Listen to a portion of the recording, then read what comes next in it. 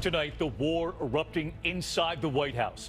The explosive new headline as we come on the air, the phone call to a reporter, and what was said amid the tension between these two men, the new communications director and the chief of staff. Tonight, the White House is pressed. What does the president think of the fighting in public? The deadly accident at the Ohio State Fair, the young man just 18 who had just signed up for the Marines. Tonight, what we've learned about what happened and that same ride now being shut down at fairs across the country. The murder at sea, the FBI on that cruise ship, passengers interviewed, and what we now know after a wife and mother is found dead. The mystery illness, what's making the officers sick while driving their SUV patrol vehicles. Tonight, what they've now done. And the plane crash on the interstate, now the 911 calls for help. There's been an airplane crash on I-15. What authorities are saying tonight. This is ABC World News Tonight with David Muir. Good evening, and it's great to have you with us here on a Thursday night. And we begin with new reporting breaking at this hour, revealing a war brewing inside the West Wing. The brand new communications director and a phone call he reportedly made to a writer at The New Yorker. Their conversation shedding new light tonight on what we already knew. There is major tension between these two men, that new communications chief and the chief of staff. And tonight, it's turned very ugly. Just moments ago, that communications director, Anthony Scaramucci, just tweeting, "Sometimes I use colorful language." ABC's chief White House correspondent, Jonathan Karl, leading us off. The death stare, a portrait of a White House staff at war with itself. Chief of Staff Reince Priebus facing off against new communications director Anthony Scaramucci in the Oval Office. Their relationship fraught from the start. Priebus opposed Scaramucci's appointment. Still, on day one, Scaramucci called him a dear and personal friend. We are a little bit like brothers, where we rough each other up once in a while, which is totally normal for brothers. But today, that brotherly love took a dark turn. Some brothers are like Cain and Abel. Other brothers can fight with each other and get along. I don't know if this is repairable or not. That will be up to the president. Now, in an explosive interview with The New Yorker, Scaramucci calls Priebus a, quote, bleeping paranoid schizophrenic.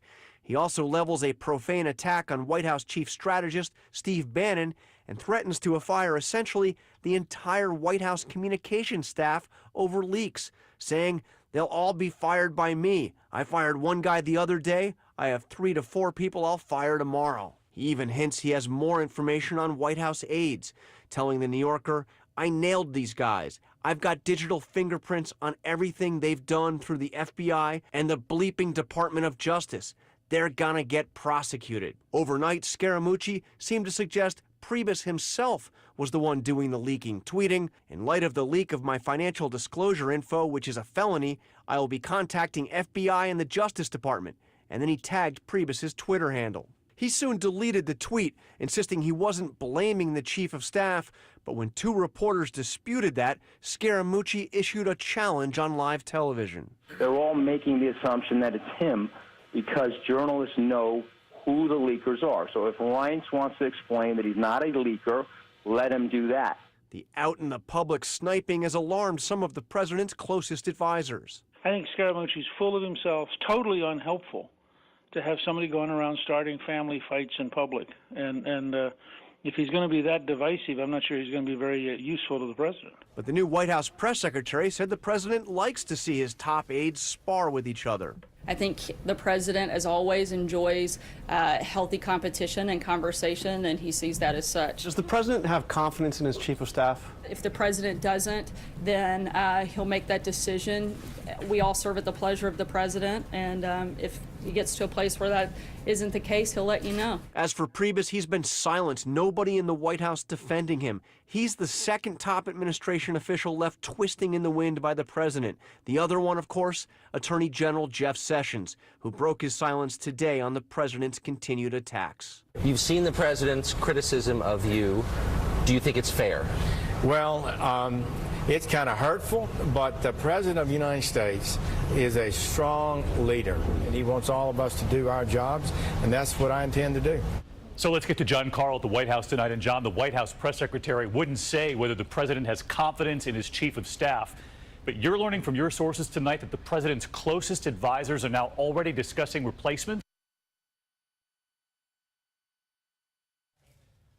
Unfortunately, we have a problem there, but we will move on now to a new vote. So far, the effort to repeal and replace Obamacare has not passed, as you know. Then the effort to simply repeal it went down to defeat. Tonight, Republicans are putting forward what's called the skinny repeal, taking away just a few parts of Obamacare. But just in tonight, one leading Republican furious, saying the skinny bill as policy is a disaster. ABC's Mary Bruce back on the Hill tonight.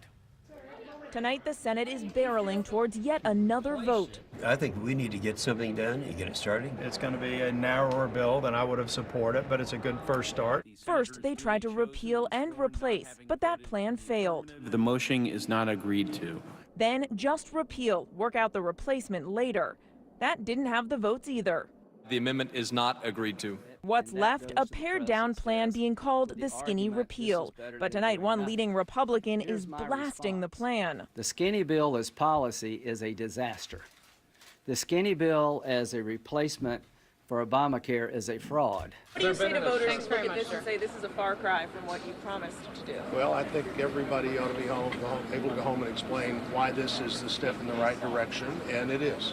The pared-down plan is being called the skinny repeal. It would only roll back parts of Obamacare, like the mandate that all Americans buy insurance. But that could leave 15 million more Americans uninsured over the next decade and cause premiums for some to jump by 20%. Eager for a win, the White House is stepping up the pressure on holdouts, like Alaska Senator Lisa Murkowski. Yesterday, the Interior Secretary gave her a call and reportedly threatened to pull support for key projects in her state. It was a difficult conversation, and what I told the president, what I have told the president since he was elected, was I'm here to help the people of Alaska. Mary Bruce with us live tonight from the Hill. And Mary, as we saw in your reporting there, some Republican lawmakers have some pretty serious concerns about this so-called skinny repeal and might not vote for it. Yeah, David, this Senate bill is meant simply as a placeholder to buy more time to negotiate a better overhaul with the House. But some Senate Republicans are deeply concerned that this could become permanent, and they are demanding assurances that that will not happen, or else they say they will not vote for it. David. Mary Bruce with us live on the Hill again tonight. Mary, thank you. And this evening, after President Trump's tweet revealing his sudden and sweeping ban on transgender people serving in the military, tonight what the chairman of the Joint Chiefs and the Army's top general are now saying: no action, no changes until they hear directly from the White House what this policy is. Here's ABC's Chief Global Affairs Correspondent, Martha Raddatz. Tonight, the nation's top military leaders say transgender Americans will not be expelled from the armed forces without further guidance from the commander-in-chief. President Trump catching them by surprise with his Twitter announcement that the United States government will not accept or allow transgender individuals to serve in any capacity in the U.S. military. Since then, he's offered no further detail, refusing to answer questions. Our reporter at the White House trying. How do you decide your policy on transgender people in the military? You go ahead. She's very rude. Today, from the president's top military advisor, the chairman of the Joint Chiefs of Staff, this statement: there will be no modifications to the current policy until the president's direction has been received by the Secretary of Defense and the secretary has issued implementation guidance. In the meantime, we will continue to treat all of our personnel with respect. His words echoed by the Army's top general. The entire force, the entire chain of command will, always has, will today, and will tomorrow, and always should treat every single soldier, sailor, airman, Marine, Coast Guardsman with dignity and respect for their service and the cloth of our nation, bar none. So for now, the estimated 2,500 transgender Americans on active duty can continue to serve and receive the medical care to which they are currently entitled. My name's Logan Beck Ireland. I'm 27. People like Staff Sergeant Logan Ireland, the subject of a documentary in the New York Times. Staff Sergeant Ireland outraged by the new ban, saying for the president to deny an able-bodied, fully qualified person the inherent right to raise their right hand and serve their country, potentially giving their own life for our freedoms, is doing this country an injustice. During the campaign, candidate Trump claimed he would be stronger for LGBT rights than Hillary Clinton. And Martha Raddatz with us live tonight from Washington. And Martha, the Pentagon now says it's waiting on guidance from President Trump. You heard, Martha, today the White House pressed about when that's coming. Yes, White House Press Secretary Sarah Sanders said they are working on the details but have no timeline for any of this, although she insisted they are moving forward with implementation of this policy. David? Martha Raddatz with us tonight. Martha, thank you as always. We do move on to other news tonight. The deadly accident at the Ohio State Fair, a popular ride breaking apart, riders sent flying. The chaos afterward, one person killed, 7 injured, people waiting in line watching it all. And that victim, an 18-year-old who had just enlisted in the Marines. Tonight, that ride is now being shut down across the country, and ABC's Alex Perez is in Columbus. Tonight, the hunt for answers as investigators trying to pinpoint what caused this amusement ride at the Ohio State Fair to break apart midair. On the ground, complete panic. Bystanders carrying away the injured while others help first responders administer first aid. Julian Bellinger was waiting to get on the ride. You heard the metal hit against it. You heard people screaming. Brittany Neal and her little sister were next in line. You're watching this, and what's going through your mind? I'm truly traumatized. I grabbed my sister right away. I said that could have been us. 7 people injured, 4 still in the hospital at this hour. 18-year-old Tyler Jarrell killed. The Columbus native had just enlisted in the Marines last week.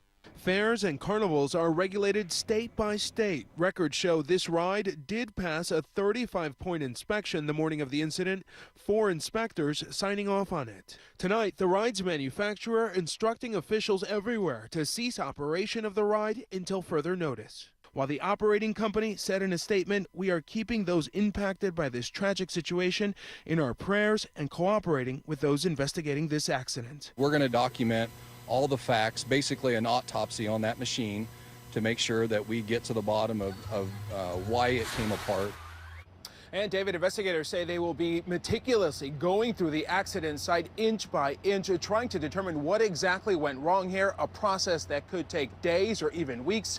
As for other rides like this one across the country, they've been shut down. David? Alex Perez in Ohio for us. Thank you, Alex. We turn next year to powerful storms developing right now out of the Ohio Valley, headed for the mid-Atlantic. D.C., Philly, New York, and the crosshairs. Heavy rain triggering flash flooding near Birmingham, Alabama. This car washed into a rushing creek. Flooding in Kansas City, Missouri, knocking down a restaurant wall. People rescued through the roof there. Let's get to Chief Meteorologist Ginger Z. She's live along the West Side Highway tonight, tracking it all for us. Hey, Ginger. David, an abnormal summer pattern setting up, going to bring some potentially dangerous weather. Let's watch that low from Indiana and Ohio move across the nation into the mid-Atlantic, where we see severe storm potential from Georgetown, Delaware, through about Wilmington, North Carolina. That's Friday afternoon and evening. But then there is deep moisture riding up and along that front, a flash flood watch from parts of West Virginia into Pennsylvania. You could see 2 to even 4 inches of rain in some areas. David? Ginger, great to have you as always. We move on now. Next to a mystery in the Austin Police Department tonight. 60 of the department's police SUVs have now been taken off the streets after their carbon monoxide detectors triggered alarms. One officer now claiming he's now too sick to return to work. Here's ABC's Kana Whitworth. Tonight, investigators trying to determine the cause of toxic fumes sickening officers. Austin police grounding 60 Ford police SUVs. They may take out the entire fleet. My head started having a headache, and I was like, I can't read. Sergeant Zachary LaHood pulling over just in time, suffering from carbon monoxide poisoning. I almost hit a bus and scared the shit out of me. This terrifying video of a police SUV in California barreling over the median, crossing multiple lanes, then crashing into a tree. That officer making the same claim, both now suing Ford. Over my 30 years in law enforcement that we have never faced an issue like this. Ford telling ABC News in a statement, safety is our top priority.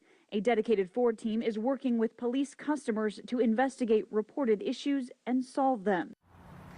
David, carbon monoxide detectors have been installed in vehicles, and those 2 officers suing Ford haven't been able to return to duty because of health reasons, and their attorney says they might not be able to.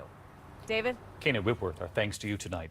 At the White House today, President Trump honoring 5 first responders who rushed to help when that congressional baseball practice came under fire, presenting the Medal of Valor to 2 U.S. Capitol police officers, both of them injured, racing through the bullets to help everyone.